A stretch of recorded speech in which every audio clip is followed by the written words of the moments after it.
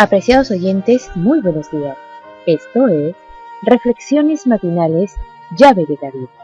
Una mañana más, juntos compartiendo la palabra de nuestro Padre Eterno, a quien suplicamos en oración nos permita de sabiduría, entendimiento y comprensión de su Hijo amado.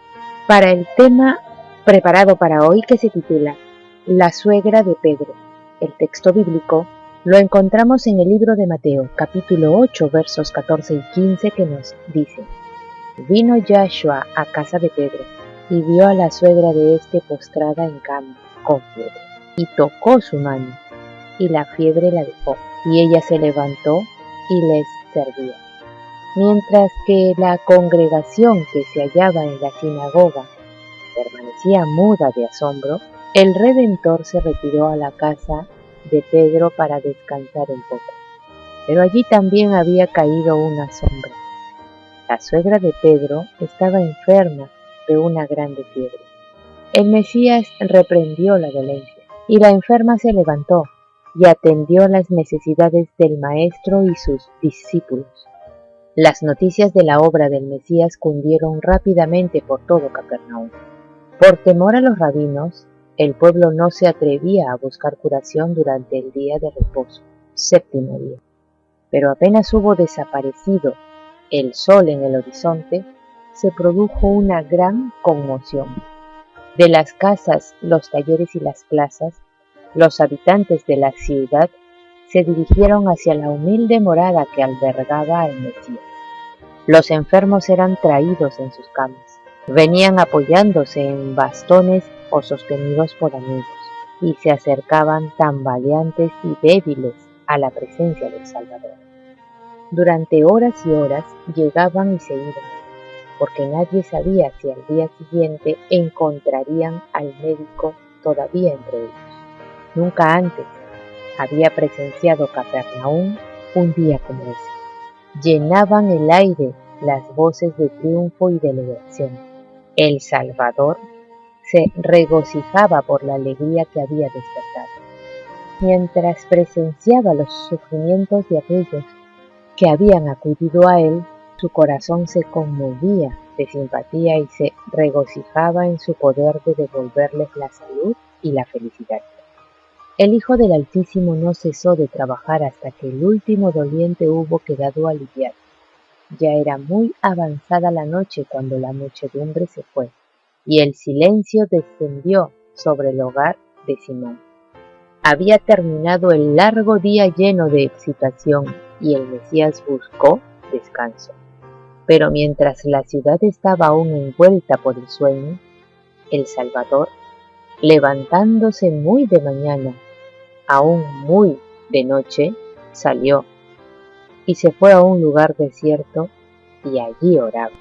Así transcurrían los días de la vida terrenal de Yahshua.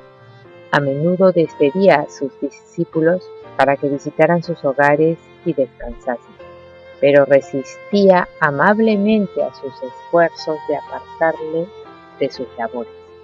Durante todo el día trabajaba enseñando a los ignorantes, sanando a los enfermos, dando vista a los ciegos, alimentando a la muchedumbre, y al anochecer o por la mañana temprano se dirigía al santuario de las montañas para estar en comunión con su Padre. Muchas veces pasaba toda la noche en oración y meditación, y volvía al amanecer para reanudar su trabajo entre la gente. Temprano por la mañana, Pedro y sus compañeros vinieron a Yahshua diciendo que ya le estaba buscando el pueblo de Capernaum. Los discípulos habían quedado amargamente chasqueados por la recepción que Yahshua había encontrado hasta entonces. Las autoridades de Jerusalén estaban tratando de asesinarlo. Aún sus conciudadanos habían procurado quitarle la vida, pero en Capernaum se le recibía con gozoso entusiasmo, y las esperanzas de los discípulos se reanimaron. Tal vez que entre los galileos amantes de la libertad se hallaban los sostenedores del nuevo reino, pero con sorpresa oyeron a Yahshua decir estas palabras: también en otras ciudades es necesario que anuncie el evangelio del reino de Dios. porque para esto soy enviado.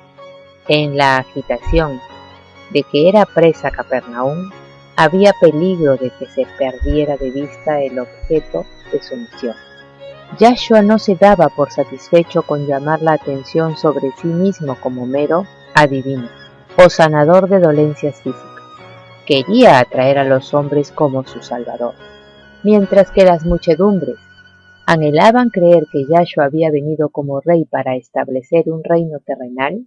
Él se esforzaba para invertir sus pensamientos de lo terrenal a lo espiritual.